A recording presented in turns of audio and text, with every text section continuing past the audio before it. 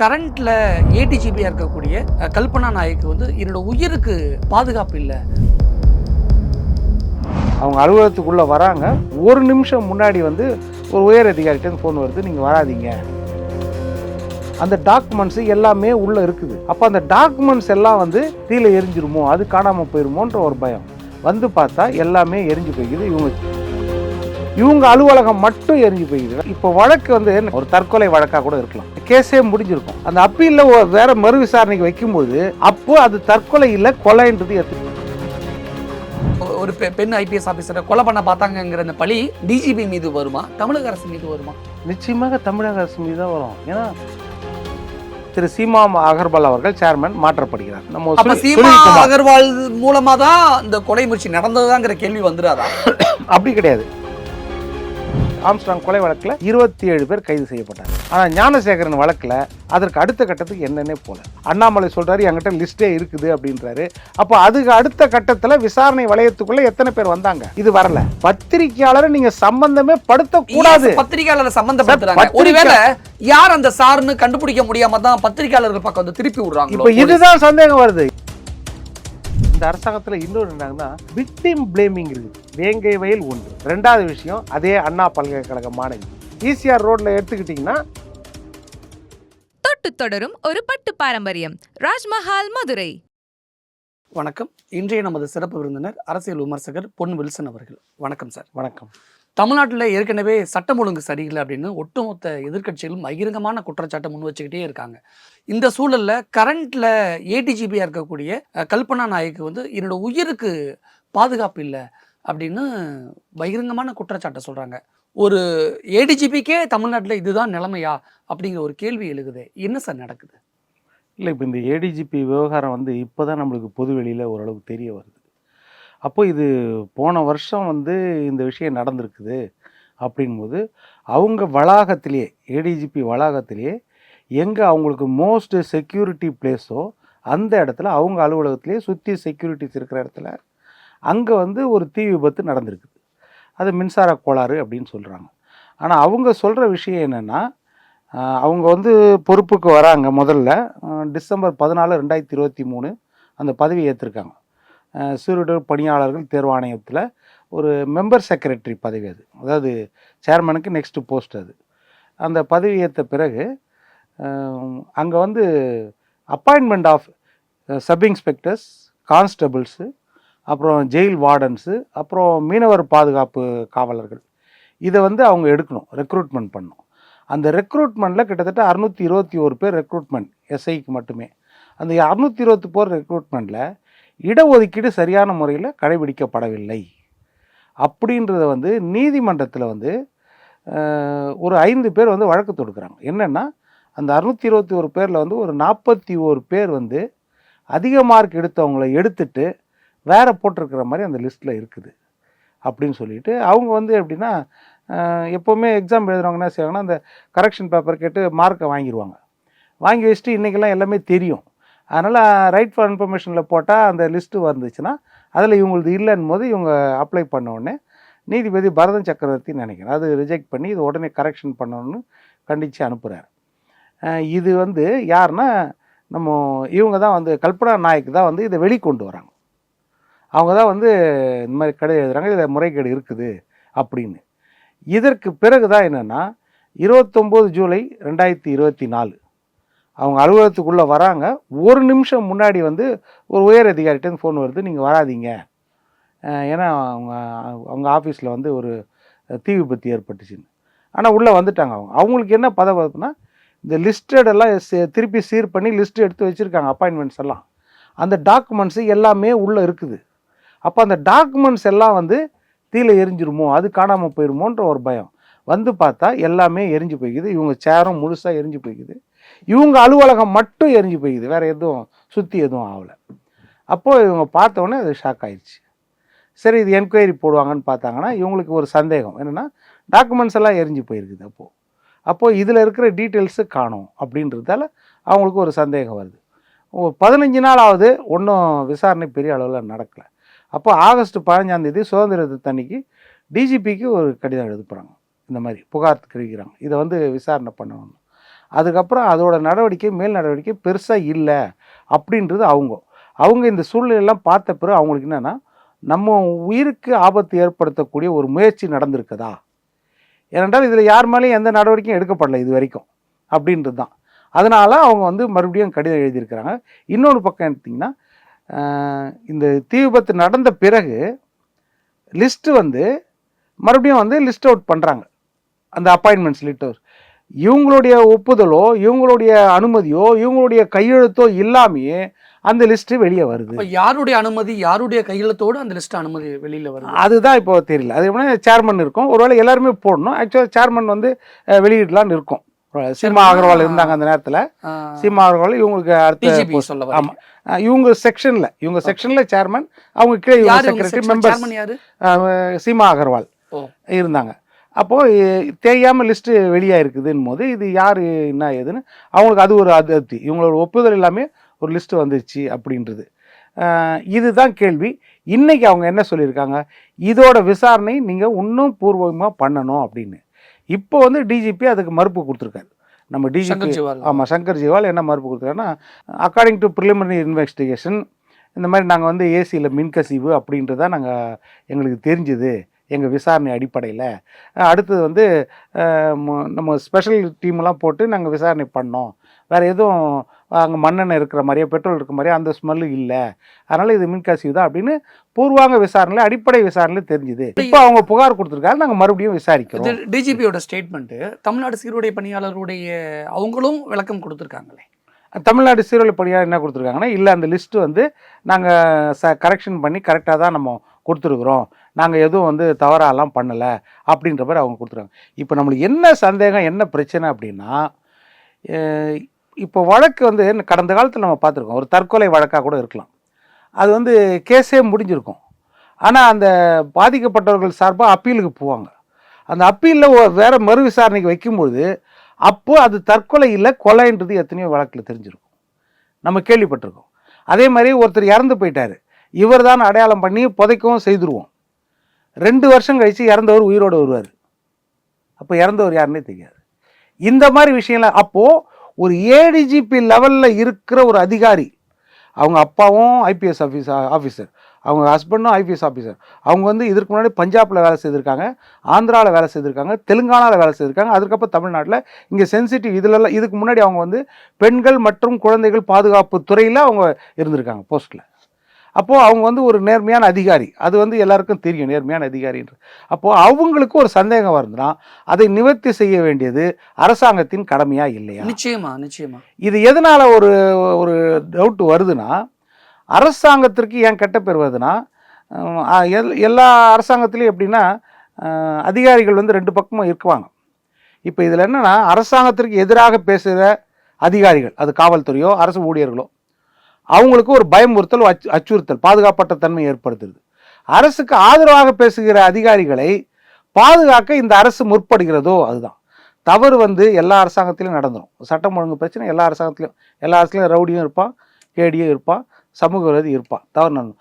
அதற்கு பிறகு நீங்கள் எடுக்கிற நடவடிக்கை இருக்குது பாருங்க, அதில் தான் சந்தேகம் வருது அரசாங்கத்து மேலே. இப்போ நீங்கள் கடந்த காலத்தில் பார்த்தீங்கன்னா கள்ளக்குறிச்சி சம்பவத்தில், அதற்கு முன்னாடி செங்கல்பட்டில் மரக்காணத்தில் இறப்பு கள்ளச்சாராய மரணம் நடந்துச்சு ஒரு வருஷத்தில். அடுத்த வருஷத்தில் கள்ளக்குறிச்சியில் நடக்கும்போது முதல்ல 2 பேர் செத்தோடனே அர்ஜென்ட்டாக அங்கே ஐஏஎஸ் கலெக்டர் ஸ்ரவன்குமார் உட்காந்து என்ன பேட்டி கொடுக்குறாரு, பக்கத்தில் ஒரு மாவட்ட செயலாளர் திமுக, பக்கத்தில் ஒரு திமுக எம்எல்ஏ உட்கார வச்சு அவர் பேட்டி கொடுக்க வேண்டிய அவசியம் இல்லை, அவசரமாக கொடுக்குறாரு. இந்த சதீஷ்ன்ற பையன் வயிற்று வலியால் தான் செத்தான், கள்ளச்சாராயமே கிடையாது, அந்த வயதானவர் வந்து வயது மூப்பின் காரணமாக செத்தார், இதுக்கும் கள்ளச்சாராயம் சம்மந்தமே கிடையாதுன்னாரு. அந்த சாவுக்கு வந்தவங்க அந்த மீதி இந்த பேரலில் குடிச்சிட்டு ஒரு 50 பேர் செத்து போயிட்டாங்க. இப்போ இவர் மேலே எடுக்கப்பட்ட நடவடிக்கை என்ன? அந்த ஐஏஎஸ் ஆஃபீஸர். அப்போது என்ன இது நடக்குது. இன்னொரு பக்கம் பார்த்தீங்கன்னா அண்ணாநகர் சிறுமி வன்கொடுமை வழக்கில் அது போக்சோ சட்டம். அங்கே அந்த ஆய்வாளர் என்ன செய்கிறாங்க, அவங்க பேரண்ட்ஸை கூப்பிட்டு மிரட்டி, அவங்க பேரண்ட்ஸில் விட்டு ரொம்ப மிரட்டி அந்த சதீஷ்ன்ற பேரை என்னமோ இந்த பேர் இருக்கக்கூடாது அப்படின்னு பண்ணாங்கன்னு ஃபுல்லாக வந்துச்சு. அவரை சஸ்பெண்ட் பண்ணிட்டாங்க. இப்போ சஸ்பெண்ட் பண்ணியிருக்காங்க. என்னென்னா இது வந்து சிபிஐ கிட்ட கொடுத்தாங்க. சிபிஐ விசாரிக்கலாம் இல்லையா இந்த மாதிரி விஷயத்தில்? இதுக்கு நம்ம உச்ச நீதிமன்றம் போவோம். அவங்க வந்து கூலி தொழிலாளிகள், நம்ம அரசாங்கம் என்ன செய்யுது, உச்ச நீதிமன்றத்தில் போய் அங்கே கேட்குது இது சிபிஐ வேண்டாம். அதுவும் இது உலகமாக வழக்கறிஞர்களை வச்சு, மிக காஸ்ட்லி வழக்கறிஞர்களை வச்சு வாதாடுறாங்க. இந்த ஏழைகள் எப்படி வாதாட முடியும்? அப்போ அங்கே நீதிமன்றம் என்ன சொல்லுதுன்னா, இவங்களுக்கு 25,000 ரூபாய் நீங்கள் கொடுக்கணும் நிவாரணம். அவங்க வக்கீல் வச்சு வாதாடுறதுக்கு வழி இல்லாமல் பண்ணீங்க, கொடுக்கணும்னு சொல்லி அவங்க எஸ்ஐடி ஃபார்ம் பண்ணுறாங்க. எஸ்ஐடி உச்சநீதிமன்றம் என்னென்னு ஃபார்ம் பண்ணுது, தமிழ்நாட்டை சேராத ஐபிஎஸ் அதிகாரிகள் இவர்கள் தலைமையில் 7 பேர் கொண்ட குழு போட்டு அதை விசாரணைன்றாங்க. அப்போ நீங்கள் ஒரு விதத்தில் பாதுகாக்க போகிறீங்களா? இது ஒரு பக்கம் இருக்குது. அதே மாதிரி தான் அண்ணா நகர் நம்ம அண்ணா பல்கலைக்கழக மாணவி பாலியல் வழக்கு. அந்த வழக்கில் என்ன செய்கிறீங்க, அடுத்த நாள் வந்து நம்ம கமிஷனர் அறிக்கை கொடுக்குறாரு. கமிஷனர் கொடுக்கும்போது என்ன சொல்கிறாரு, ப்ரிலிமினரி இன்வெஸ்டிகேஷனில் ஒருத்தர் மாதிரி தான் தெரியுது, அந்த மாதிரி சாரெல்லாம் யாரும் கிடையாது, ஃப்ளைட்டு மோடில் போட்டு. இதெல்லாம் ஒரு அவசரமாக சொல்ல வேண்டிய அவசியம் என்ன? எதிர்கட்சிகள் இது அரசியல் ஆக்குறதுனால தான் அப்படி சொல்கிறாரோ? அது அதிகாரிக்கு அந்த வேலை கிடையாது. அது நீங்கள் முதலமைச்சர் சொல்லலாம், அவங்க சொல்லலாம், அதிகாரிக்கு அந்த வேலை கிடையாது. அதிகாரி உண்மையை கண்டுபிடிக்கிறது மட்டும்தான் அதிகாரி வேலை. அப்புறம் ஏன் கமிஷனர் அருண் ஐபிஎஸ் அவசரப்பட்டு இப்படி ஒரு ஸ்டேட்மெண்ட் கொடுத்தாரு? என்ன காரணம்? அதுக்கு நீதிமன்றத்துக்கு போனாங்க. நீதிமன்றம் என்ன சொல்லிச்சு, அதெல்லாம் கண்டிச்சு எல்லாமே சொல்லிச்சு. அவசரப்படக்கூடாது, இந்த மாதிரி கொடுக்கக்கூடாது, அவர் மேலேயும் துறை ரீதியாக நீங்கள் விசாரணை பண்ணணும். கொடுத்துச்சா இல்லை? கமிஷனர் மீதும். ஆமாம். இதுக்கு எங்கே போகிறோம் நம்ம அரசாங்கம்? திருப்பி உச்ச நீதிமன்றம். எதற்காக? மற்றதெல்லாம் ஏற்றுக்கிறாங்க, எஸ்ஐடி போட்டதை ஏற்றுக்கிறாங்க, இந்த லீக்கு எஃப்ஐஆர் லீக்கு விசாரணை ஏற்றுக்கிறாங்க. ஆனால் இந்த எங்களுக்காக இந்த கமிஷனர் பேசினார் பாருங்க, அந்த வார்த்தைகளை மட்டும் எடுத்துடணுன்ட்டாங்க. இப்போ இடைக்கால உத்தரவு போட்டு அதை மட்டும் தடை, ஒரு 4 வாரத்துக்கு தடை கொடுத்துருக்காங்க. மறுபடியும் இவங்க அப்பியர் ஆக போகிறாங்க. இப்போ இது நடக்குதா? இதே மாதிரி தான் ஒவ்வொரு கட்டத்திலையும் இந்த விஷயத்துல அப்படியே நான் ஏடிஜிபி விஷயத்துக்கு வரேன். தமிழ்நாட்டிலேயே போலீஸோட ஹெட் குவார்டர்ஸ்னா டிஜிபி ஆஃபீஸ் தான். அந்த டிஜிபி ஆஃபீஸில் ஒர்க் பண்ணக்கூடிய ஒரு பெண் ஏடிஜிபிக்கு அந்த ஆஃபீஸ்லேயே உயிருக்கு உத்தரவாதம் இல்லை அப்படின்னு கரண்ட்ல பதவியில் இருக்கக்கூடிய ஒரு பெண் ஏடிஜிபியே சொல்றாங்க. அப்படின்னா அவங்கள கொல்ல நினைத்த இன்னொரு அந்த கொலையாளி அல்லது அந்த குற்றவாளி அதே டிஜிபி ஆஃபீஸில் தான் வேலை பார்க்குறாங்களா அப்படிங்கிற ஒரு கேள்வி இருக்குல்ல. ஆமாம், அதுதான் ஒன்று சொல்கிறேன். அதுதான் விசாரணை மிக தீவிரப்படுத்த வேண்டும். அதாவது இவங்க கொலை முயற்சியான்றது தெரியாது, ஒருவேளை அது வந்து கொலை முயற்சியாக இல்லாமல் அந்த ஆவணங்களை அடிக்கிறதுக்கான ஒரு முயற்சியாக கூட இருந்திருக்கலாம். இல்லை, கல்பனா நாயக் ஐபிஎஸ்ஸை கொலை செய்ய நினைத்த அந்த குற்றவாளி யாருன்னு முறையாக விசாரணை நடத்தலை அப்படின்னா இந்த பழி முழுக்க, அதாவது டிஜிபி ஆஃபீஸ்லேயே ஒரு பெண் ஐபிஎஸ் ஆஃபீஸரை கொலை பண்ண பார்த்தாங்கங்கிற அந்த பழி டிஜிபி மீது வருமா, தமிழக அரசு மீது வருமா? நிச்சயமாக தமிழக அரசு மீது தான் வரும். ஏன்னா கையில் வச்சிருக்குது, காவல்துறையும் உள்துறையும் கையில் வச்சிருக்குது நம்ம சீஃப் மினிஸ்டர். தமிழக அரசு மீது பழி வரும், டிஜிபி உடந்தையின் பழி வருமா? ஆமாம், அப்படி தானே வரும். அதுதான் நம்ம விசாரிக்கணும். நான் என்ன சொன்னோம், இப்போ கொலை முயற்சியே இருக்காது, ஆனால் நீங்கள் உயர்கட்ட விசாரணை அந்த வழியிலையும் நீங்கள் பண்ணணும்ல. ஒரு ஏடிஜிபி குற்றம் சொல்கிறாங்கன்னா உங்களுடைய பார்வை அந்த வழியிலையும் போகலாம். ஆவணங்களை அளிப்பதற்கு யாராவது முயற்சி செய்தார்களா, அந்த வழியிலையும் நீங்கள் போகணும் அப்படின்றது தான். இந்த விஷயத்தில் பொதுமக்கள் சமூக வலைதளங்கள் என்ன கேள்வி கேட்குறாங்க அப்படின்னா, பெண் போலீஸுக்கே ஒரு ஐபிஎஸ் ஆஃபீஸருக்கு, அதுவும் ஏடிஜிபிக்கே தமிழ்நாட்டில் இதுதான் நிலைமையா அப்படின்னு கேள்வி கேட்குறாங்க. அப்படின்னா எதிர்கட்சிகள் சொல்லக்கூடிய சட்டம் ஒழுங்கு சரியில்லைங்கிற குற்றச்சாட்டு உண்மையா இருக்குமோ அப்படிங்கிற ஒரு பிம்பம் வந்துருது இயல்பா. இல்லை, அதுக்கு அடுத்து எடுத்தீங்கன்னா அது தொடர்ந்து நடக்கிற சம்பவம். திரு சீமா அகர்வால் அவர்கள் சேர்மன் மாற்றப்படுகிறார் அந்த துறையிலேருந்து. மாற்றப்பட்ட இந்த குற்றச்சாட்டுக்கு அப்புறம் அதுக்கப்புறம் என்னன்னா நம்ம சீமா அகர்வால் மூலமா தான் இந்த கொலை முயற்சி நடந்ததுதாங்கிற கேள்வி வந்துடாதா? அப்படி கிடையாது. என்னன்னா அவங்க துறை ரீதியா அதை மாற்றம் பண்றாங்க. அது எதுவுமே நம்ம ஆதாரம் இல்லாம நம்ம சொல்ல முடியாது. விசாரணை தான் இருக்குது. சுனில்குமார் நியமிக்கப்படுகிறார் அந்த இடத்துல. ஆனா சுனில்குமார் யாருன்னா ரிட்டையர்டு ஐபிஎஸ் ஆஃபீஸர். அவர் எப்படி இப்போ அந்த கேடர்ல பாத்தீங்கன்னா அதுக்கு தான் பெரிய எதிர்ப்பு வந்துச்சு. அந்த கேடர்ல பாத்தீங்கன்னா பதவியில இருக்கிறவர் தான் அந்த இடத்துல போட முடியும். எஸ், ஆனா இவங்க பதவியில இல்லாத ரிட்டையர்ட் ஆனவரை அந்த இடத்துல போட்டு எப்படி போட முடியும்? இப்போ இதுவும் ஒரு பிரச்சனையா இருக்குது. எப்படி அதை போட்டாங்க அப்படின்னு சொல்லிட்டு அவங்க ஏதோ ஸ்பெஷல் ஆர்டர் போட்டு அவங்க போட்டிருக்கிறாங்க. இப்போ இதுவும் ஒரு பக்கம் சந்தேகத்தை கிளப்புது. இப்போ இந்த மாதிரி தொடர் சந்தேகங்கள் வரும்பொழுது அப்போ அதுதான் அந்த ஏடிஜிபிக்கே ஒரு சந்தேகம் வருது, ஏதாவது இந்த முயற்சி நடந்திருக்குமோ அப்படின்றது தான். அதனால தான் வந்து தீர விசாரணைக்கு இதை மறுபடியும் ஒரு சிபிஐ கிட்ட கொடுக்கலாம், இல்லைன்னா சிபிசிஐடியோ இல்லைன்னா ஏதோ அந்த மாதிரி ஒரு ஸ்பெஷல் இன்வெஸ்டிகேஷன் டீம் வச்சு தான் இதை விசாரிக்கணும். ஏன்னா அவங்களுடைய சந்தேகத்தை நம்ம நிவர்த்தி பண்ணணும். அவங்ககிட்டே விசாரிக்கணும் எந்தெந்த விதத்தில் அவங்களுக்கு சந்தேகம் இருக்கிறது அப்படின்றது விசாரிக்கணும். இதுதான் இந்த அரசாங்கத்தை வந்து கெட்ட பேரை ஏற்படுத்துது. இதுதான் ஏற்படுத்துது. எப்படி நான் சொல்ல வரேன்னா, அடுத்தது கிட்டத்தட்ட 4730 கோடிக்கு வந்து மணல் கொள்ளையில் வந்து நஷ்டம் அப்படின்னு சேட்டலைட் மூலமாக பார்த்தே வந்து நீதிமன்றம் எடுத்துட்டு அதுலேருந்து அமலாக்கத்துறை வந்துட்டு மணல் குவாரி மூலமா தமிழக அரசுக்கு நஷ்டம் அப்படின்னா ஒரு புள்ள பூச்சி கூட நம்பாதே. அதுதான் சொல்கிறேன். இப்போ என்னன்னா அந்த மணல் கொள்ளையை வந்து கண்டுபிடிக்கிறதுக்காக தாசில்தார்களை கலெக்டருக்கு அனுப்புகிறாங்க, விசாரணைக்கு கூப்பிட்றாங்க. ஏன்னா அவங்க தானே இன்சார்ஜ், விசாரணைக்கு கூப்பிட்றாங்க. நம்ம அரசாங்கம் என்ன செய்யுது, மறுபடியும் சுப்ரீம் கோர்ட்டு போகுது. எங்களுடைய தாசில்தாரையோ எங்களுடைய கலெக்டரையோ விசாரிக்கக்கூடாது. வேற யாரை விசாரிக்கணுமா? விசாரிக்கக்கூடாதுன்றாங்க அவங்க. நீங்கள் அதிகாரிகளை விசாரிக்கக்கூடாது அப்படின்றது அவங்க தானே கையெழுத்து போடுறாங்க. அப்புறம் அவங்க விசாரிக்கக்கூடாது அப்படி. அப்போ உச்சநீதிமன்றம் சொல்லி வருது, they are employees, they are servant of the government. அவங்களுக்கு வந்து கண்டிப்பாக வந்து தார்மீக கடமை இருக்கிறது, விசாரணைக்கு ஆஜராகணும் அப்படின்னு சொல்லிட்டு அப்படி சொல்லி தான் அனுப்பிச்சு. இப்போ இந்த மாதிரி ஒவ்வொரு இடத்துலையும் அவங்க அந்த பாதுகாப்பு வளையத்துக்குள்ளே போகிறாங்களா அப்படி. இப்போ ஆம்ஸ்ட்ராங் கொலை வழக்கில் 27 பேர் கைது செய்யப்பட்டார்கள். தொடர்ந்து பார்த்தீங்கன்னா ஒவ்வொரு நாளும் ஒவ்வொன்றும் கண்டுபிடிச்சி ஒவ்வொருத்தரும் கைது செய்யப்பட்டாங்க. ஆனால் ஞானசேகரன் வழக்கில் அதற்கு அடுத்த கட்டத்துக்கு என்னன்னே போல. அப்போ அந்த யார் அந்த சார்னும் தெரியல. ஏன்னா ஆம்ஸ்ட்ராங் வழக்கில் குற்றவாளிகள் அப்படின்னு 27 பேர் கைது செய்யப்பட்டாங்க. ஆனால் ஆம்ஸ்ட்ராங் அவர்களுடைய ஆதரவாளர்கள் 27 பேர் கைதுக்கு பிறகு ஆம்ஸ்ட்ராங்குக்கு ஆதரவாக இருந்தவர்கள் பழிக்கு பழி வாங்கி விடுவார்களோ அப்படின்னு 20க்கு மேற்பட்டவர்கள் கைது செய்யப்பட்டிருக்கதா பிஎஸ்பியோட லீடர் ஆனந்தன் சொல்கிறார். இப்போ அதில் ஒரு சந்தேகம். என்ன சந்தேகம்னா 2 பேர் திருவேங்கடம் அண்டு சீசிங் ராஜா போலீஸ் கஸ்டடியில் இருக்கும்போது என்கவுண்டர் பண்ணப்படுகிறார். இப்போ நீ ஒரு ரவுடியோ ஒரு கல்பிரிட்டையோ ஒரு அக்டிவிஸ்டையோ தேடி போகிறீங்க, அவன் அங்கே ஆயுதம் வச்சுருந்தான், அவனை பிடிக்க முடியல, அப்போ சுட்டிங்கன்னா ரைட்டு. நீங்கள் பிடிக்கும் போது அவன் ஆயுதம் வச்சுன்னு இல்லை, உங்கள்கிட்ட நிரபராதியாக சரணடைஞ்சவங்க, திருவேங்கடத்தில் சரணடைஞ்சவங்க நீங்கள் உங்கள் வண்டியில் பாதுகாப்பு வளையத்தோடு கூப்பிட்டு போகிறீங்க. எங்கேயோ ஒரு இடத்துல அவன் ஆயுதம் புதைச்சி வச்சுருக்கான்னு சொல்கிறீங்க. அவனை காலையில் கூப்பிட்டு போகிறீங்க, விடிய காலையில் கூப்பிட்டு போய் அவன் ஆயுதம் எடுக்கும்போது அந்த ஆயுதத்தை வச்சு தாக்க வந்தான்னு அவனை வென்றுடும். இது எப்படி இருக்குது? அப்போ இதுதான் சந்தேகத்துக்கு இடம் கொடுக்குதா இல்லையா? அப்போது அதே மாதிரி தான் சீசிங் ராஜாவும் கைது பண்ணி உங்கள் கஸ்டடியில் கொண்டு வரும் பொழுது அவன் எங்கேயோ ஆயுதம் வச்சுருந்தான்னு சொன்னாங்களாம், கூப்பிட்டு போனாங்களாம். இப்போ இந்த மாதிரி இருந்தால் இது சந்தேகத்தை கிளப்புமா இல்லையா? அதே மாதிரி தான் என்னமோ இல்லை அண்ணா பல்கலைக்கழகத்தில் அந்த மாணவி விஷயத்தில் இப்போ இதில் வந்து தொடர்ச்சியாக 27 பேர் கைது செய்யப்பட்டாங்க. ஞானசேகரனுக்கு அடுத்த கட்டத்துக்கு அந்த வளையம் போலையே என்ன அப்படின்னு அவர் ரெண்டு சிம் கார்டு வச்சுருந்தாப்லையா, யார்கிட்ட பேசியிருக்காருன்றாங்க. இப்போது அண்ணாமலை சொல்கிறாரு என்கிட்ட லிஸ்ட்டே இருக்குது அப்படின்றாரு.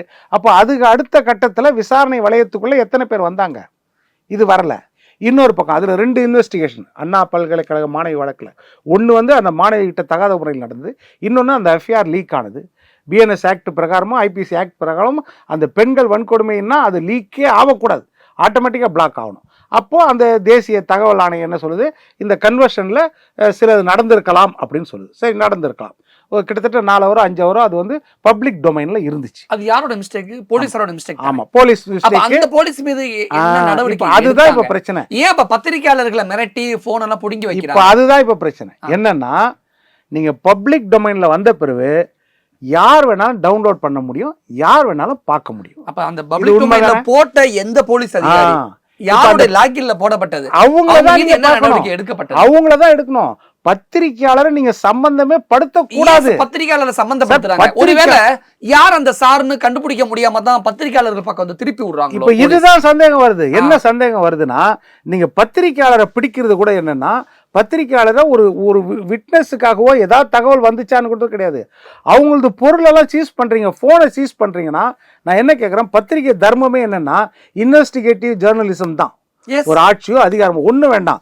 இன்னைக்கு சந்தன கடத்தல் வீரப்பன் காட்டுக்குள்ள சமூக விரோதமா இருக்கும்போது பத்திரிகையாளர் போய் அவனை பேட்டி எடுத்தாங்களே இல்லை, அது அவங்க தர்மம். அதே மாதிரி நம்ம தடை செய்யப்பட்ட விடுதலை புலிகள் இயக்கம் அங்க வவுனி காட்டுல போய் பேட்டி எடுப்பாங்க, அதை போடுவாங்க. அதை விசாரணை வளையத்தில் கொண்டு வர முடியுமா? சாம்பல் பள்ளத்தாக்கு கடத்தல்காரங்க போய் எடுப்பாங்க, நக்சலைட்டு அவங்கள போய் எடுப்பாங்க. அவங்களுடைய கருத்துக்கள் என்ன அப்படின்னு உண்மையை வெளிக்கொணர வேண்டியதுதான் பத்திரிகையாளர் தர்மம். நீங்க அவங்க போனை சீஸ் பண்ணி வச்சிருந்தீங்கன்னா அந்த போன்ல என்ன இருக்கும்? ஒருவேளை ஒரு நேர்மையான அமைச்சரே கூட ஒரு புகாரை தெரிவிச்சிருக்கலாம்.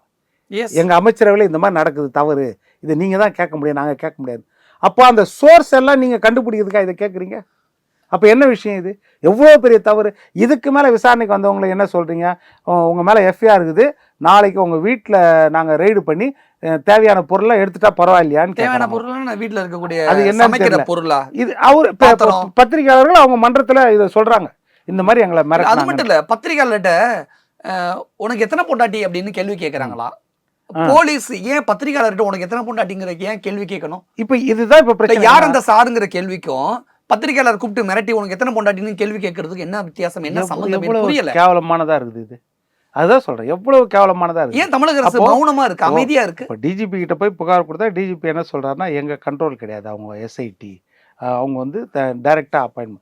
ரைட்டு, எஸ்ஐடியும் ட்ரெயின்டு பீப்புள் தானே அவங்களும். அவங்களும் நல்ல ட்ரெயின்டு இல்ல, அவங்களுக்கும் அந்த லிமிட் தெரியல என்ன ஏதுன்னு. இப்போ ரெண்டு விஷயம் தான். பத்திரிகையாளர் மிரட்டினா கெட்ட பேரு டிஜிபிக்கும் கெட்ட பேரு, தமிழக அரசுக்கும் கெட்ட பேரு. அப்ப ரெண்டு பேரும் அமைதியா இருந்தா தமிழக அரசு அதைத்தான் இப்ப தமிழக அரசு மேல எல்லாமே வரும். ஏன்னா ஓட்டு கேட்க போறது தமிழக அரசு தான், டிஜிபி கேட்க போறது இல்ல. அப்ப தமிழக அரசு தானே அந்த கண்ட்ரோலை கொண்டு வரணும். இப்ப அதுதான் தமிழக அரசு மேல இருக்கிற குறையே அதுதான். இப்ப என்ன சொல்ல வரேன், இந்த எஃப்ஐஆர் லீக்ல நீங்க ஸ்டார்டிங்ல சொன்னது, நீதிமன்றத்தில் சொன்னது என்னது, அந்த பிஎன்எஸ் ஐபிஎஸ்ல இருந்து பிஎன்எஸ் கன்வர்ஷன்ல வந்து அந்த லேகிங் இருந்துச்சு அதுதான் அப்படின்னு சொன்னீங்க. அப்படி இருந்தால் பத்திரிகையாளர் நீங்க விசாரிக்க கூடாது. எஸ், ஆமா, சட்டப்படி விசாரிக்க கூடாது. பப்ளிக் டொமைன்ல 1,00,000 பேர் டவுன்லோட் பண்ணியிருந்தா அந்த 1,00,000 பேரையும் விசாரிச்சிருப்பீங்களா? எப்படி அது? அப்போ உங்களுக்கே என்னன்னா, இது லீக்கேஜ் வந்து அந்த கன்வர்ஷன்ல ஆகல, வேற உங்க துறையிலேயே யாரோ ஒரு ஆள்காட்டி இருந்திருக்காங்க, அவங்க கொடுத்துருக்காங்களா? அப்ப அதை ஒத்துக்கோங்கன்ற. கிரைம் ரிப்போர்ட்டரை பொறுத்த வரைக்கும் எல்லா போலீஸ் ஆபீசர் கூட கான்டாக்ட்ல நிச்சயமா இருப்பாங்க. ஆமா. இப்ப அவங்கள மிரட்டுறதுனால இப்ப என்ன ஆக போகுது இப்ப போலீஸ்க்கு? இப்ப அதுதான் என்ன சொல்றேன் நான், என்ன எல்லாமே என்னன்னா, இப்போ பத்திரிகையை பொறுத்த வரைக்கும் ஊடகவியாளர்கள் நான் சொன்னது, நீங்க வந்து அரசியலுக்கு அப்பாற்பட்டு நம்ம என்னன்னா, எந்த ஆட்சியா இருந்தாலும் சரி, முதல் ஒரு 6 மாசம் தான் தேனிலவு அடிமூன் டைம். மற்றபடி குறைகளை எடுத்து சொல்றதுல வந்து நீங்க பக்கபலமா இருக்கணும். இப்போ எல்லாரையும் மிரட்டி கடைசியா என்னன்னா, பத்திரிகையாளரும் இவ்வளவு நாள் எங்களுக்கு ஆதரவா தானே இருந்தீங்க, இப்ப எப்படி எதிர்ப்பா வரீங்கன்ற ஒரு கேள்வி அரசாங்கத்துக்கு வந்துருதோன்னு ஒரு சந்தேகம் வருது. அதனால ஒரு அச்சுறுத்தலுக்கு கொண்டு வராங்களோ. பத்திரிகையாளர்களை அரசாங்கமே மிரட்ட பாக்குதா, இப்ப அதுதான் போலீஸ் தான் மிரட்ட பாக்குதா? போலீஸ்லயும் அந்த மாதிரி. போலீஸ் என்னன்னா, போலீஸ் கிட்ட பாத்தீங்கன்னா அரசாங்கத்துக்கு ஆதரவா இருக்கிற போலீஸுகள் அவங்க கைகள் கட்டவிழ்த்து விடப்பட்டிருக்கிறது. அவங்க என்ன வேணாலும் செய்யலாம். இப்போ போன வருஷம் என்னாச்சு, ஒரு பத்திரிக்கை, முன்னணி பத்திரிகை மேலே நீங்கள் வந்து வழக்கு போடுறீங்க. நைட்டு அதாவது 9 மணிக்கு ஜி ஸ்கொயர் வந்து கம்ப்ளைண்ட் கொடுக்குறாங்க, எங்களை பற்றி அவதூறாக ஒரு முன்னணி பத்திரிகை எழுதுது. அது என்ன செய்கிறீங்க, 2 மணிக்கு எஃப்ஐஆர் ஃபைல் பண்ணுறீங்க. 3 மணிக்கு அது சம்பந்தமான ஒரு ஆளை சுவரேறி குச்சி வீட்டில் கைது பண்ணுறீங்க. அந்த பத்திரிகை அதிபர் கொண்டு அத்தனை பேர் மேலேயும் வழக்கு பதிவு பண்ணியிருக்கீங்க. அது மிகப்பெரிய போராட்டத்துக்கு பிறகு தான் அது வாபஸ் பெறப்பட்டது. இப்போ இது கடந்த காலத்தில் நடந்துச்சா இல்லையா? இதுதான் எனக்கு என்ன ஒரு ஞாபகம் வருதுன்னா, ஒரு கவிதை தான் ஞாபகம் வருது. அதாவது மார்ட்டின் லிமோர் எழுதின கவிதை, ஜெர்மனை பொறுத்த வரைக்கும் ஒரு போதகர். அவர் வந்து நாசி படையை பற்றி எழுதுறாரு. என்ன எழுதுறாருன்னா, இவர்கள் கம்யூனிஸ்டுகளை கொல்ல வந்தார்கள், நான் கண்டுகொள்ளவில்லை, காரணம் நான் கம்யூனிஸ்ட் இல்லை. இவர்கள் சோசியலிஸ்டுகளை கொல்ல வந்தார்கள், நான் கண்டுகொள்ளவில்லை, காரணம் நான் சோசியலிஸ்ட் இல்லை. இவர்கள் யூதர்களை கொல்ல வந்தார்கள், நான் கண்டுகொள்ளவில்லை, காரணம் நான் யூதர் இல்லை. இவர்கள் என்னை கொல்ல வந்தார்கள், எனக்காக பேசிட யாரும் இல்லை. இல்ல, ஜெர்மனில நாஜிபடைக்கு எதிராக எழுதின கவிதைகளை தமிழ்நாட்டுல இப்ப இந்த தருணத்துல சொல்ல வேண்டிய அவசியம் தேவை என்ன? அதுதான் பத்திரிகையாளர்களுக்கு என்னன்னா, இந்த அரசாங்கத்துல நடந்த மிக சட்டவிரோத செயல்களை எல்லாம் பெரிய அளவுல நீங்க எடுத்து சொல்லவில்லை. நான் ஓப்பனாவே கேக்குறேன், இது தமிழ்நாடு அரசை நாஜி படையோட ஒப்பிட்டு பேசுறீங்களா? தமிழ்நாடு அரசை நாஜி படையோட ஒப்பிட்டு பேசுறதை விட செய்யற தவறுகளை கண்டுகொள்ளாமல் இருக்கிறார்கள் நமது பத்திரிகையாளர்களும் ஊடகவியாளர்களும். இன்னைக்கு யூடியூபர்ஸ் எத்தனை பேரை பத்திரிகையாளர்கள், அண்ணா நகர் விஷயமா இருக்கட்டும், அண்ணா யூனிவர்சிட்டி விஷயமா இருக்கட்டும், அயனாவரம் விஷயமா இருக்கட்டும், புதுக்கோட்டை திருமய விஷயமா இருக்கட்டும், எதுவுமே வெளியில வந்திருக்காது இல்ல. இல்ல, பத்திரிகை வந்து ஒரு மென்மையான போக்கோட வெளியே வருது. இப்ப நான் என்ன சொல்ல வரேன்னா, நீங்க அண்ணா பல்கலைக்கழக மாணவி வழக்கு சென்சிட்டிவா இருந்துச்சு. அது முடிஞ்ச பிறகு அது நடந்துட்டு இருக்கும் போதே சட்டமன்றம் கூடுது. சட்டமன்றத்தில் எது ஹைலைட்டு? அண்ணா யூனிவர்சிட்டி. ஒரு வார்த்தை ஹைலைட், எல்லாரும் பேட்ஜ் போட்டுன்னு கருப்பு சார், இதுதான் ஹைலைட்டு. உலகமே பார்க்கக்கூடிய ஒரு ஹைலைட். எப்படி நிர்பயா வழக்கில் வந்து அந்த நைட்டு 2 மணிக்கு லட்சக்கணக்கான பேர் திரண்டாங்களோ அது போல் ஒரு ஹைலைட் வழக்கு. ஆனால் அங்கே வந்து ஒரு சாதாரண விஷயத்தை எடுத்துட்டு அவர் வந்து தமிழ் தாயை அவர் மதிக்கலைன்னு கவர்னர் சொல்ல, ஜனகணமனையை அவங்க மதிக்கலைன்னு அரசாங்கம் மதிக்கலைன்னு கவர்னர் சொல்ல, இதுதான் எல்லா இடத்துலையும் விவாத பொருளாயிடுச்சு அன்னைக்கு. யார் அந்த சாருங்கிறது மறைஞ்சிருச்சு. அப்படிதான் இப்ப சொல்லுவாங்க. இதுதான் சொல்றேன். இதுதான் ஊடகங்கள் எடுக்கும்பொழுது நம்ம என்ன சென்சிட்டிவ் இஷ்யூ அது அரசாங்கத்தின் மேல. ஏன்னா அரசாங்கம் வந்து இடிப்பாறை இல்லா ஏமரா மன்னன் கெடுப்பார் இலானும் கெடும், அதுதான் முக்கியம். அப்ப 4 தூண்கள்ல வந்து ஒண்ணு வந்து பத்திரிகை துறை. அந்த பத்திரிகை துறை இடித்துரைக்கும் பொழுதுதான் அரசாங்கம் சீர்பட்டு நடக்க முடியும் அப்படின்றத அதை உணரணும். அதுதான் நிறைய இடத்துல விவாத பொருளா இருக்கிறது வந்து அதிமுக பிஜேபி ஒன்னா சேருமா, இதுதான் பாதி நேரம் விவாத பொருளா இருக்குது. அதிமுகவில் பிரிஞ்சவங்க ஒன்று சேருவாங்களா, இதுதான் முக்கால்வாசி நேரத்தில் விவாத பொருளாக இருக்குது. அப்போ விவாத பொருளாக நீங்கள் எடுக்க வேண்டியது வந்து 520 வாக்குறுதிகள் கொடுத்த தேர்தல் அறிக்கையை கொடுத்த கதாநாயகனாக இருக்கிற நம்ம ஓட்டு போட்டு தேர்ந்தெடுத்த நம்முடைய எஜமானர் நம்ம ஸ்டாலின் அவர்கள்கிட்ட இருந்து நம்ம வாங்கணும், மக்களுக்கு வாங்கி கொடுக்கணும். இந்த இடத்துல ஒரு பக்கம் கரண்ட்ல போலீஸ் அதிகாரி இருக்கக்கூடிய பெண் ஏடிஜிபி அவங்களுக்கு உயிருக்கு உத்தரவாதம் இல்லை. இன்னொரு பக்கத்துல அதே போலீஸ் வந்து பத்திரிகையாளர்களை மிரட்டுறாங்க. இன்னொரு பக்கத்துல ராணிப்பேட்டையில போலீஸ் ஸ்டேஷன்ல போய் 2 பேர் பெட்ரோல் பாம்பு போட்டு போயிருக்கான். பொதுவாக இதுக்கு முன்னாடி நடந்த வழக்குல பிடிக்காத ஒருத்தர் வீட்டு மேல, பிடிக்காத ஒரு கம்பெனி மேல, ஆஃபீஸ் மேல தான் பெட்ரோல் கொண்டு போட்டு நம்ம பார்த்துருக்கோம். போலீஸ் ஸ்டேஷன்ல போய் பெட்ரோல் கொண்டு போடுறோம் அப்படின்னா என்ன நடக்குதுன்னு புரிஞ்சுக்க முடியல என்னால. எவ்வளவு பெரிய அச்சுறுத்தல் இது. வந்த போஸ்ட்லயே நம்ம கோவை குண்டு வெடிப்பு பார்த்தோம். முதல் தடவை அவர் சொன்னது என்னது, இது வந்து சிலிண்டர் குண்டு வெடிப்பு. எஸ், சிலிண்டர் குண்டு சிலிண்டர் வெடிப்பு, அவ்வளவுதான். குண்டு வெடிப்பு கூட இல்லை, சிலிண்டர் வெடிப்பு, ஒரு ஆக்சிடென்ட்னு மாதிரி தான். அதற்கு பிறகுதான் என்ஐஏ இன்வெஸ்டிகேஷன்ல தான் இது வந்து குண்டு அப்படின்றது. போலீசார் ஒருவேளை அத்துமீறி போறாங்களோ, அதனாலதான் கோபத்துல பொதுமக்களே இப்படி பாதிக்கப்பட்டவங்களே இப்படி போலீஸ் ஸ்டேஷன்ல போய் பெட்ரோல் பாம்பு போடுறாங்களோ?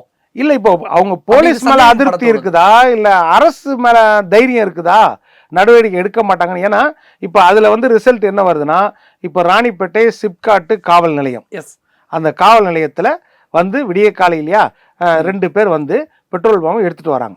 அப்ப காவலன் கேட்கறாங்க யாருன்னா, அவங்கள மதிக்காம ரிசப்ஷன்லயும் அதே மாதிரி விசிட்டர்ஸ் வந்து உட்கார்ற இடத்துலயும் பாம்பை போட்டுட்டு போயிட்டே இருக்கான், தப்பிச்சு போயிட்டான். இல்ல எனக்கு என்ன டவுட்னா, ஏன் போலீஸ் ஸ்டேஷன் வெளியில கூட கேட்ல கூட பெட்ரோல் பாம்பு போடல, போலீஸ் ஸ்டேஷனுக்கு உள்ளே வந்து பாம்பு போறானா போலீஸ்னால பாதிக்கப்பட்டிருக்காங்களா? அதுதான் இப்போ என்ன அது அவங்க என்ன சொல்றாங்கன்னா, போலீஸ் தரப்புல என்ன சொல்றாங்கன்னா, ஒரு ரவுடிங்க வந்து மாமூல் வாங்குறவங்க, இவங்க மாமூல் வாங்குறவங்க, மாமூல் அவங்க வந்து பக்கத்துல கடைங்கள்ல அரிசி கடை எல்லா கடையிலயும் மாமூல் வாங்குறவங்க. மாமூல் வாங்குறதுக்கு என்னன்னா ஆளை நியமிச்சிருக்காங்க. 18 வயசுக்கு கீழே இருக்கிற பசங்களை வச்சு மாமூல் வாங்குறாங்க. ஏன்னா நாளைக்கு கேஸ் ஆனால் கூட பெரிய கேஸ் வராரு, சிறார் கேஸ் தான் வரும் அப்படின்னு பண்ணாங்க. அதில் வந்து 2 பேர் மேலே நாங்கள் வந்து பிடிச்சிருக்கோம், வழக்கு போட்டிருக்கோம். அதனால இவர் சொல்லி இந்த ஸ்டேஷனில் எங்களுக்கு மேலேயே வழக்கு போடுறீங்களான்னு ஸ்டேஷனுக்கும் ஒரு அச்சுறுத்தல். அந்த அரிசி கடை வாசல்லையும் பாம்பு வெடிச்சிருக்குது. அந்த அரிசி கடை வாசல் இது வந்து போலீஸ், அதுதான் போலீஸ் விமர்சகரா சொல்லுங்க, போலீஸ் சொல்லக்கூடிய இந்த கதையை நம்பலாமா? எப்படி, அதுதான் சொல்றேன். இது நம்ப முடியுமா? நம்ப மாதிரி இருக்குதா? அப்போ என்னன்னா, ஒரு போலீஸ் ஸ்டேஷன்லேயே வந்து இதுக்கு முன்னாடி இதே மாதிரி தான் கவர்னர் அலுவலகத்தில் வந்து கவர்னர் வாசல்லே வந்து ஒருத்தன் பெட்ரோல் குண்டை வீசிட்டு போகிறான், அதையும் பார்த்தோம். இப்போ இது போல தான் தொடர்ந்து என்னன்னா, இந்த அரசாங்கத்தில் தொடர்ந்து நடக்கும் பொழுது நம்மளுக்கு சந்தேகம் வருதா இல்லையா?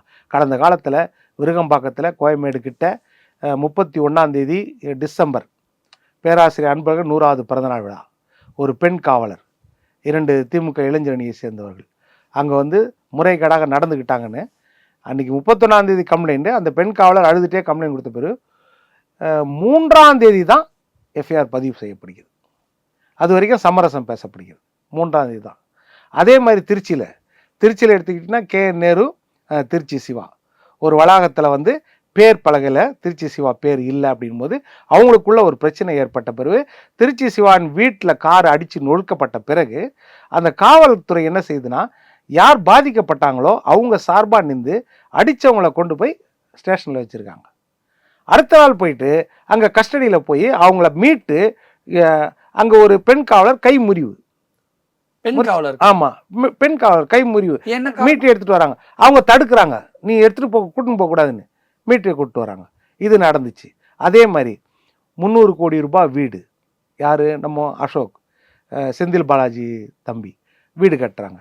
அங்கே வந்து ஐடி ரைடுக்கு வருது, எல்லா ஊர்லேயும் நடக்கும்.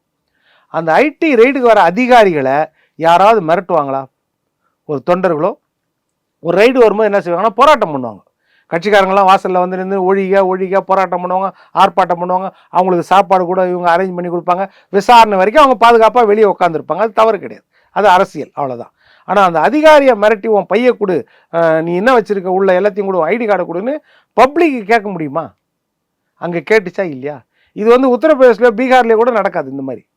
அங்கே மிரட்டப்பட்டார்கள், நடந்துச்சா இல்லையா? காயத்ரின்ற ஒரு பெண் ஐடி. செந்தில் பாலாஜி விஷயத்தை பொறுத்த வரைக்கும் அதில் அரசியல் தலையீடு இருக்குது அப்படின்னு நம்ம எல்லாருக்குமே தெரியும். அது ஒரு பக்கம் இருந்தாலும் அப்படி திருப்பி நம்ம போலீஸ் விஷயத்துக்கு வரலாம். சென்னையில் திருவல்லிக்கேணி எஸ்ஐ வந்து தனியார் நிறுவன ஊழியரை காரில் கடத்தி 20 லட்சம் ரூபாய் பறிச்சிருக்காரு. இப்போ 2-3 நாட்களுக்கு முன்னாடி நடந்த சம்பவம்.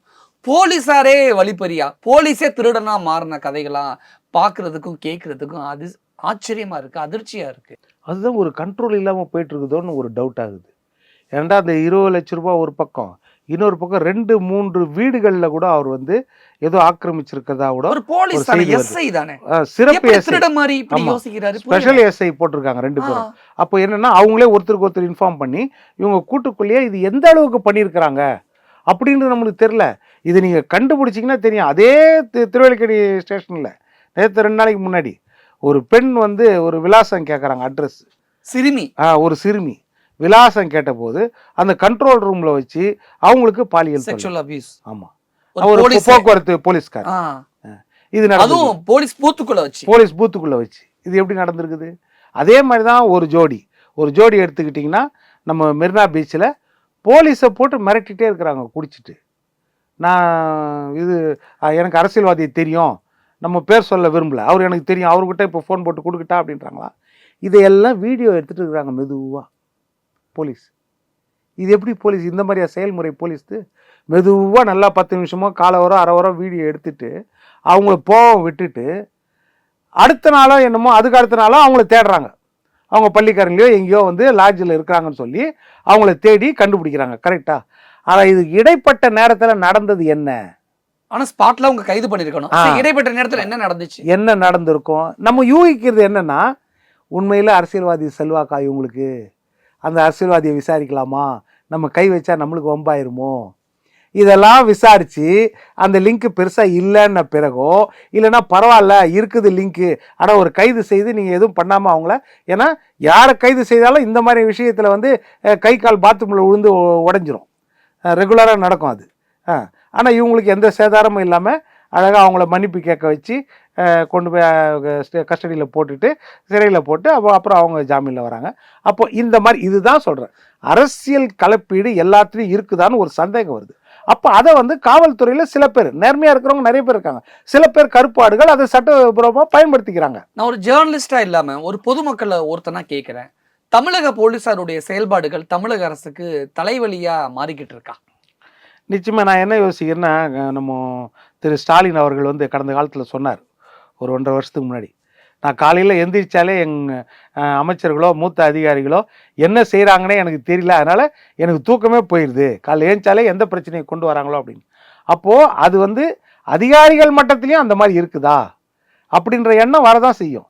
ஏன்னா அதிகாரிகள் மட்டத்துலேயும் கண்ட்ரோல் இல்லாமல் இருக்குதா அப்படின்ற எண்ணம் தான் வரும். ஏன்னா கலைஞர் போன்ற ஆளுமையெல்லாம் இருந்த காலத்தில் இந்த மாதிரி இருந்தது கிடையாது.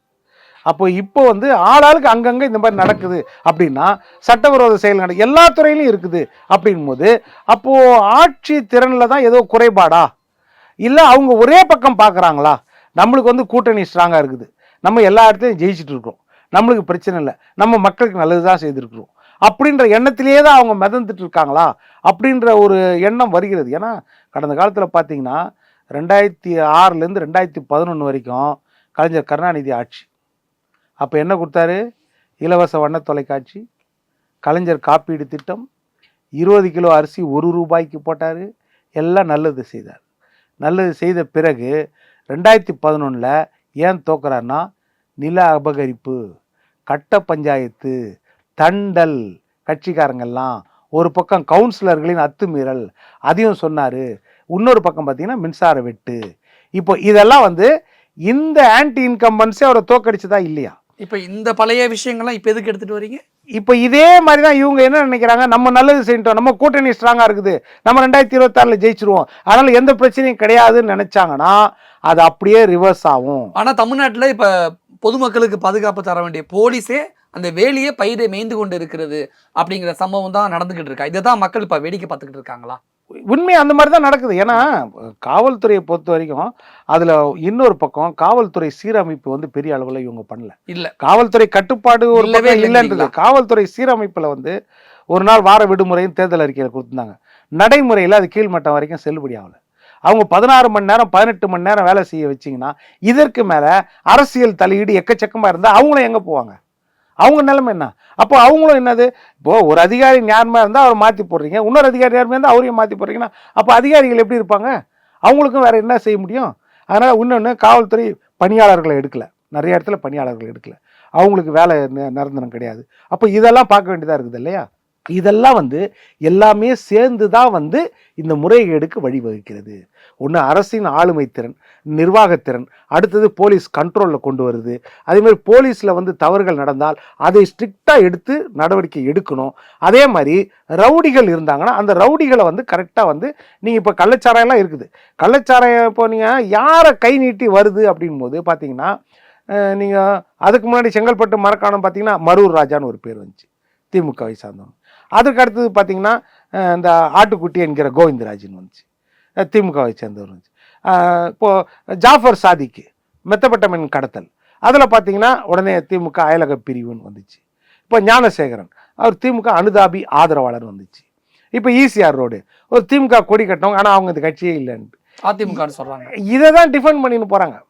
இதைத்தான் நிறைய டிஃபெண்ட் பண்ணிட்டு போகிறாங்க ஒழிய, அதுதான் நான் சொல்கிறேன், எந்த கட்சியில் இருந்தாலும் தவறு செய்கிறவன் இருப்பான், எந்த கட்சியில்னாலும் இருப்பான். எந்த கட்சியில்னாலும் தவறு செய்யணும், அதெல்லாம் கண்டுபிடிச்செல்லாம் எடுக்க முடியாது. தவறு செய்த பிறகு அவன் மேலே நடவடிக்கை நீங்கள் தீவிரமாக எடுக்கணும். பாதுகாக்கிறதுக்கு இல்லை டிஃபெண்ட் பண்ணுறதுக்கு அவசியமே கிடையாது. அதாவது இந்த அரசாங்கத்தில் இன்னொரு என்னங்கன்னா, விக்டிம் பிளேமிங் இருக்குது. யார் பாதிக்கப்பட்டாங்களோ அவங்கள வந்து ஒரு குற்றவாளியாக காட்டுற ஒரு தன்மை இருக்குதோன்னு ஒரு டவுட். வேங்கவேல் விஷயத்த சொல்ல வரீங்களா? வேங்கை வயல் ஒன்று, யார் குற்றம் சாட்டப்பட்டவர்களோ அவங்க மேலே பழி சுமத்துறது. ரெண்டாவது விஷயம், அதே அண்ணா பல்கலைக்கழக மாணவி எஃப்ஐஆரில் நீதிமன்றம் சொல்லியிருக்குது, நீங்கள் விக்டிம் பிளேமிங்கே அதில் போட்டிருக்கீங்களா அந்த எஃப்ஐஆரில்? எந்த வரியை மென்ஷன் பண்ணி எப்படி அதையும் சொல்லியிருக்காங்க. அதாவது ஒரு ஆண் கூட பேசுறது தனிப்பட்ட உரிமை, அது எந்த பெண்ணுக்கும் உரிமை இருக்குது. அதை நீங்கள் கேள்வி கேட்குற மாதிரி அது ஒரேடியாக, அதாவது எந்த குற்றம் என்னவோ அதை தான் மையப்படுத்தி இருக்கணும். மற்றதெல்லாம் மையப்படுத்தி இருக்கும்போது நீங்கள் அப்படி இருக்குதே அப்படின்றத அவங்க கேட்டிருக்கிறாங்க. அதுதான். அதே மாதிரி ஈசிஆர் ரோட்டில் எடுத்துக்கிட்டிங்கன்னா முதல்ல என்ன வந்துச்சு காவல்துறையிலேருந்து, இல்லை இவங்க வண்டியை வந்து உரசிட்டு போயிட்டாங்க, இடிச்சிட்டு போயிட்டாங்க, அந்த பசங்க வந்து அப்பாவியாக வந்து நீங்கள் மன்னிப்பு கேட்கலையேன்றதுக்காகத்தான் சேஸ் பண்ணாங்க. இது வந்துச்சா இல்லையா?